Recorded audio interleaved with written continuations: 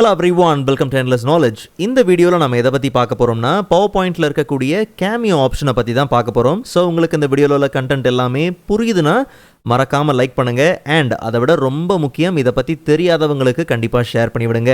And நீங்கள் இன்னுமே சேனலை சப்ஸ்கிரைப் பண்ணாமலே பார்த்துட்டு இருக்கீங்கன்னா மறக்காமல் சப்ஸ்கிரைப் பண்ணுங்கள். அண்ட் சப்ஸ்கிரைப் பண்ண கையோட பக்கத்தில் இருக்கக்கூடிய பெல் ஐக்கனை கிளிக் பண்ணி ஆல் நோட்டிஃபிகேஷன்ஸை மறக்காமல் எனேபிள் பண்ணிக்கோங்க.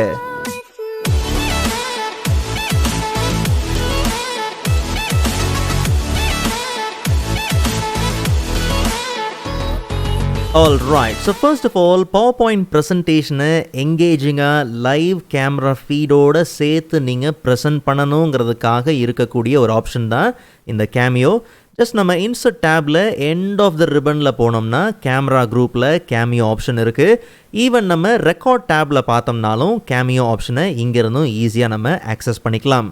அண்ட் அதே மாதிரி PowerPointல நம்ம பிளேஸ் பண்ணக்கூடிய ஆப்ஜெக்ட், அதாவது இமேஜ் வீடியோஸ்லாம் இருக்கு இல்லையா. ஸோ நம்ம ஒரு இமேஜை பிளேஸ் பண்ணுறோம், ஒரு ஆப்ஜெக்டை பிளேஸ் பண்ணுறோம்னா அதுக்கு என்ன சைஸ் தேவை, என்ன மாதிரியான ஸ்டைல் இருந்தால் நல்லாயிருக்கும், எப்படிப்பட்ட எஃபெக்டை நம்ம அப்ளை பண்ணலாம், என்ன மாதிரியான அரேஞ்ச்மெண்ட்டில் இருந்தால் கரெக்டாக இருக்கும் அப்படிங்கிறது எல்லாமே ஒரு ஆப்ஜெக்ட்டுக்கு நாம் எப்படி மாடிஃபை பண்ணுறோமோ அதே மாதிரி PowerPoint ப்ரெசன்டேஷனில் நம்ம பிளேஸ் பண்ணுற இந்த Cameoவுக்கும் பார்த்திங்கன்னா same style, size, effect and நமக்கு தேவையான அரேஞ்ச்மெண்ட்டை மெயின்டைன் பண்ணிக்க முடியும். அண்ட் அதே மாதிரி Cameoவை நம்ம இன்சர்ட் பண்ணி யூஸ் பண்ணுறதுக்கு முன்னாடி ஒரு சின்ன பெர்மிஷன் சரியாக எனேபிள் பண்ணி இருக்கா அப்படிங்கிறத நம்ம செக் பண்ணிக்கலாம். ஜஸ்ட் நம்ம சிஸ்டமோட செட்டிங்ஸ்குள்ளே போயிடலாம். ஓகே, அண்ட் இங்கே நமக்கு ப்ரைவசி இருக்கு இல்லையா, அதில் கேமராவோட பெர்மிஷன்ஸ்குள்ளே வருவோம். கவனித்து பார்த்தீங்கன்னா கீழே ஸ்க்ரோல் பண்ணி வந்தோம்னா allow desktop apps to access your camera. So இது எனேபிள் பண்ணி இருக்கணும். ஓகே, ஸோ அது கரெக்டாக இருக்கான்றதை நீங்கள் செக் பண்ணிக்கோங்க. அண்ட் இப்போது இன்சர்ட் டேப்பில் Cameo. ஓகே, ஸோ இதுக்கப்புறம் தெளிவாக கவனிங்க. ஜஸ்ட் இந்த Cameo ஆப்ஜெக்டை நம்ம மூவ் பண்ணி பிளேஸ் பண்ணிக்கலாம். ஸோ இந்த ஆப்ஜெக்டையும் நீங்கள் நல்லா கவனித்து பார்த்தீங்கன்னா இங்கே நமக்கு இந்த ப்ரிவ்யூ இருக்குது இல்லையா, கேமராவோட ப்ரிவ்யூவை எனேபிள் அண்ட் டிசேபிள் பண்ணுறதுக்கான ஆப்ஷன் இருக்குது.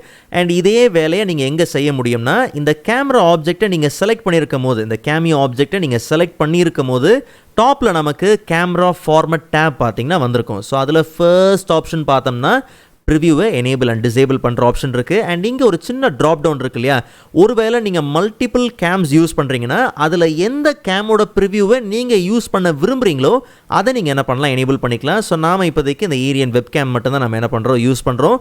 ஒருவேளை மல்டிபிள் கேம்ஸ் இருக்குன்னா உங்கள் தேவைக்கு ஏற்ற மாதிரி எந்த ப்ரிவ்யூ உங்களுக்கு ப்ரெசன்டேஷனுக்கு தேவை அப்படிங்கிறத நீங்கள் சூஸ் பண்ணிக்க முடியும்.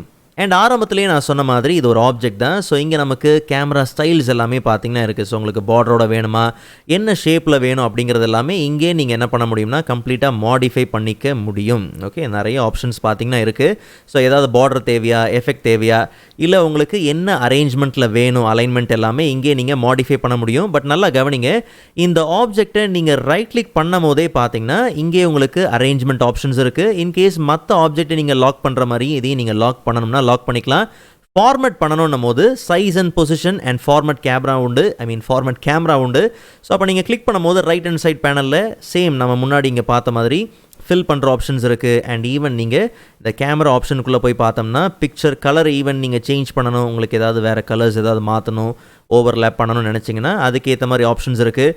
ஸோ சைஸில் உங்களுக்கு best scale for slide show இல்லை குறிப்பிட்ட ரெசல்யூஷன் நீங்கள் யூஸ் பண்ண விரும்புகிறீங்கன்னா அந்த மாதிரி ஆப்ஷன்ஸும் பார்த்தீங்கன்னா இருக்குது. ஸோ நாம் இப்போதைக்கு கொஞ்சம் என்ன பண்ணலாம், இதை ரீசைஸ் பண்ணி வச்சுக்கலாம். ஓகே, அண்ட் நாம் ஒரே ஒரு ஸ்லைடில் மட்டும்தான் இன்சர்ட் பண்ணியிருக்கிறோம். பட் ப்ரெசென்ட் பண்ணும் போது எனக்கு எல்லா ஸ்லைட்லையும் பார்த்தீங்கன்னா கட் ஆகாமல் தான் எனக்கு இந்த ஃபீட் தேவை. ஓகே, ஸோ அப்போ என்ன பண்ணலாம், இந்த ஆப்ஜெக்டை Ctrl+C கொடுத்து காப்பி பண்ணி நீங்கள் பேஸ்ட் பண்ணாலும் சரி, இல்லை ஒவ்வொரு ஸ்லைட்லையும் போய் இன்சர்ட் Cameo கொடுத்தாலும் சரி.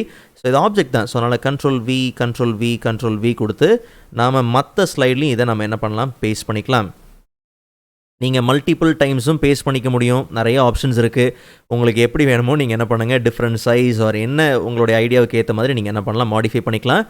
அண்ட் மற்றபடி ஸ்லைடில் Cameoவை இன்சர்ட் பண்ணதுக்கப்புறம் நீங்கள் என்ன பண்ணுங்கள், ஒரு வாட்டி டிசைனர் எடுத்து யூஸ் பண்ணி பாருங்கள். ஸோ டிசைன் டேப்பில் நமக்கு டிசைனர் இருக்குது, ஹோம் டேப்லேயும் பார்த்தீங்கன்னா டிசைனர் இருக்குது. காரணம் என்னென்னா, நம்ம Cameoவை இன்சர்ட் பண்ணதுக்கப்புறம் ஸ்லைடில் மற்ற எலமெண்ட்டோட இந்த Cameoவை எப்படி நீங்கள் ஆர்கனைஸ் பண்ணி வைக்கலாம், அரேஞ்ச் பண்ணி வைக்கலாம் அப்படிங்கிறதுக்கு டிசைனர் நமக்கு ஒரு நல்ல ஆப்ஷன்ஸை, நல்ல ஐடியாஸை பார்த்தீங்கன்னா தரும். ஸோ அதுக்கு முன்னாடி கேமரா ஃபார்மேட்டில் இதை நம்ம ஆஸ் யூஷுவல் அந்த சர்க்கிள் ஷேப்புக்கு என்ன பண்ணலாம், கொண்டு வந்துடலாம்.